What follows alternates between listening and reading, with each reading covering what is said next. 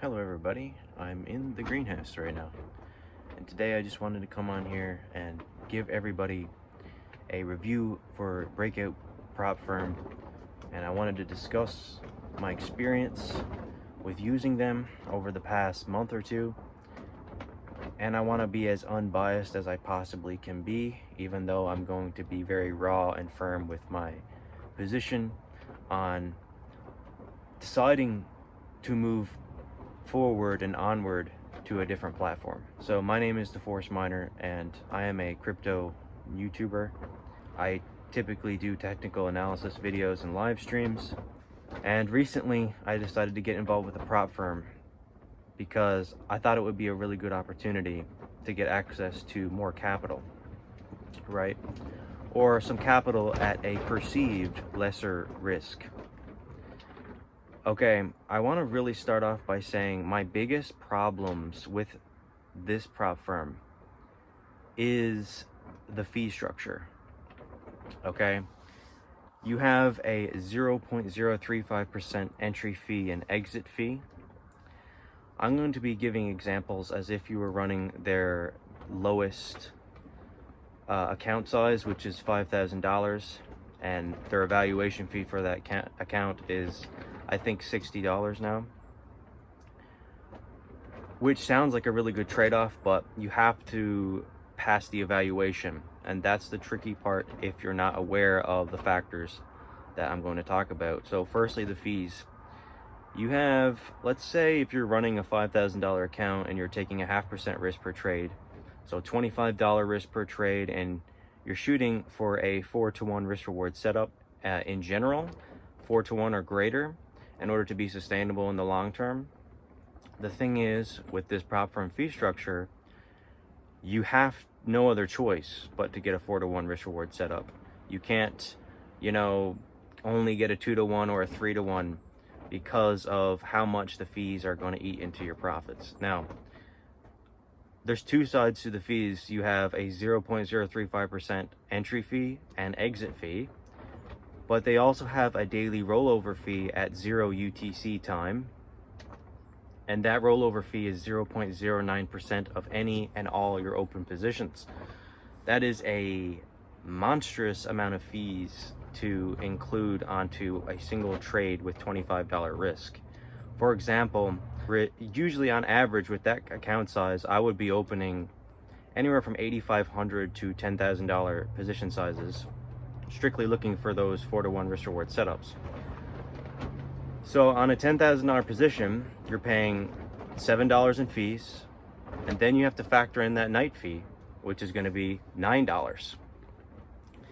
So that's a total of $16 on a $25 risk trade.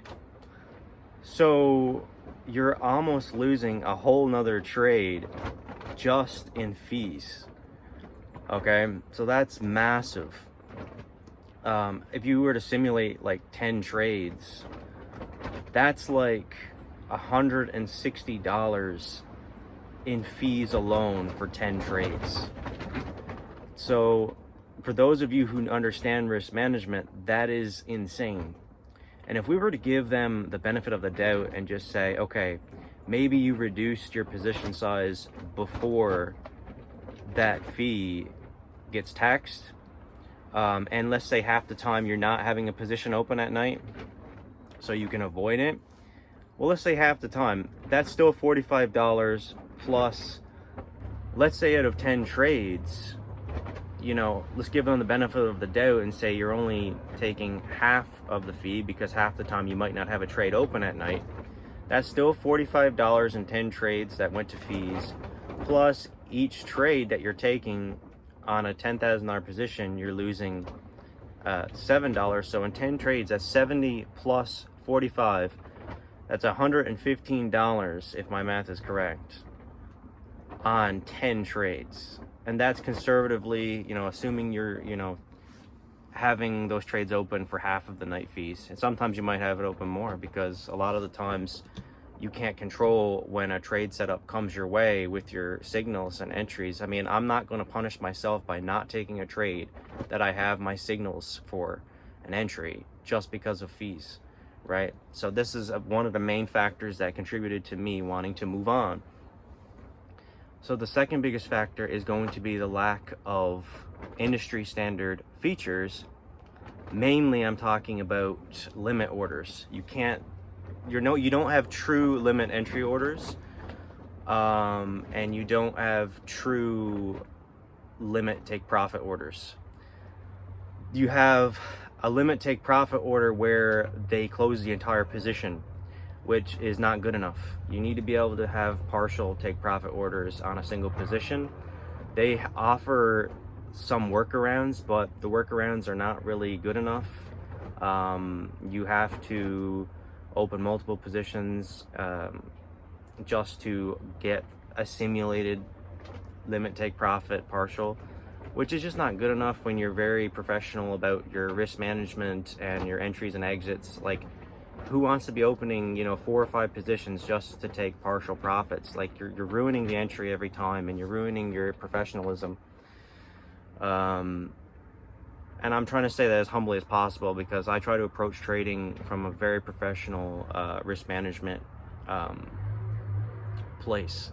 So that's a major issue, because there's going to be times at night when you're sleeping where you're going to want to take partial profits if the price gets to one of your levels, and you just can't do that unless you put the take profit on the entire position, which is the only option they have. And then you lose your whole position, and you don't want to lose your whole position because you think prices are going to continue. That's not good. So there's plenty of times with the evaluation, you have 2 options: a 1-step evaluation, a 2-step evaluation. I came to the conclusion that the 1-step evaluation is probably your best shot, which is basically getting 10% on the account. So on a $5,000 account, you got to get $500 just to pass the evaluation. But once you factor in the fees of this stuff, I mean, the math is crazy. Once you add everything up, and if you were to compare this to a traditional exchange, let's say like MEXC, their fees are 5 times better than this prop firm, and those fees, believe it or not, will eat into your profits like crazy, and it will slow you down so much, and it will cause you actually to fail your evaluations, which is what happened to me. I failed probably close to 10 times before I decided, all right, enough is enough. And it's not really anything that was in my control. I mean, I take full responsibility for my trades, absolutely, but the thing is, mathematically, if I'm losing in 10 trades, $90 in daily rollover fees plus the entry and exit fees of $70, I mean, that's like $165 in fees you're losing. Whereas on MEXC, you only have a 0.04% entry fee if you're using a market order. But that's also able to be mitigated, because with MEXC, they have 0% limit orders. So you basically have 0 fees on MEXC you can have, which is a very big deal. So you could, at the very least, cut your fees in half, or cut your fees to 0 with MEXC, and just look at the opportunity that gives you. It gives you, with the same amount of risk, if you're risking $25 per trade, think about the difference. $165 divided by 25, you're looking at an extra 6 or 7 trades approximately that you could have had on MEXC using your own capital, versus with this prop firm. So it is my belief that their structure and their system is very punitive to the trader.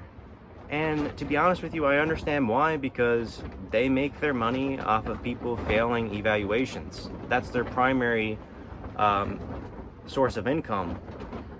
Yes, sure, they have some traders who make them a lot of money, who pass the evaluations, and well done to those traders who do pass it. But I did the math up with my strategy, and basically you have to have, at the very minimum, a 50% win rate in order to pass the evaluation once you factor in all the fees. Whereas on MEXC, I only need On MEXC, I would just need a 25% risk reward in order to actually be profitable long term. So you have to have double the win rate, which is, like I said, mathematically you're at a significant disadvantage, and you would have way more of a greater probability of growing your account and making more money with MEXC, because MEXC virtually has zero fees, right? Or significantly less depending how you're managing those trades. So what would I say to anybody looking to get involved with a prop firm like Breakout Prop?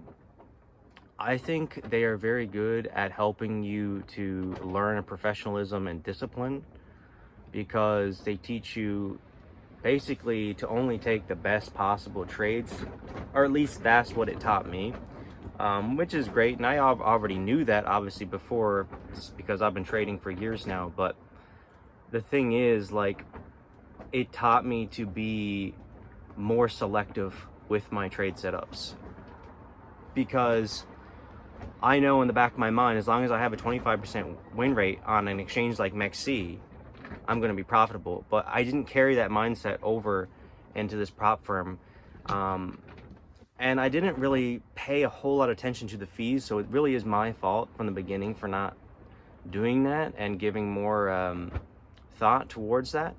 But I had to eventually step back and ask myself why I was losing these evaluations. And I found out that, like, despite my win rate, I couldn't really do, like, you know, intraday scalp trading. I had to be very specific about my trade setups. I had to be very selective, which I'm thankful that they taught me to be more intentional about those trades.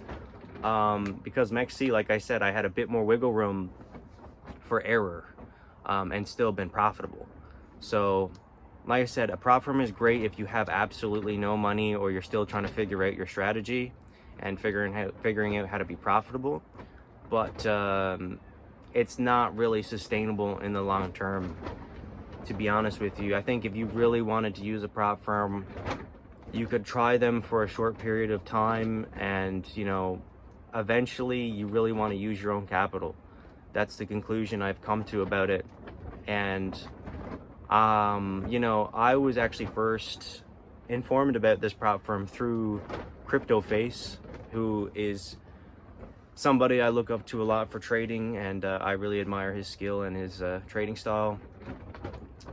But I think CryptoFace dropped the ball when he recommended this prop firm, because he basically made it sound like it was very easy to get approved with these people. And it's just not when you factor in the fees, right? I really wish that he was more clear about that at the start. And I wish I did more due diligence on my own, right? Which I could have, because all this information is public on their website.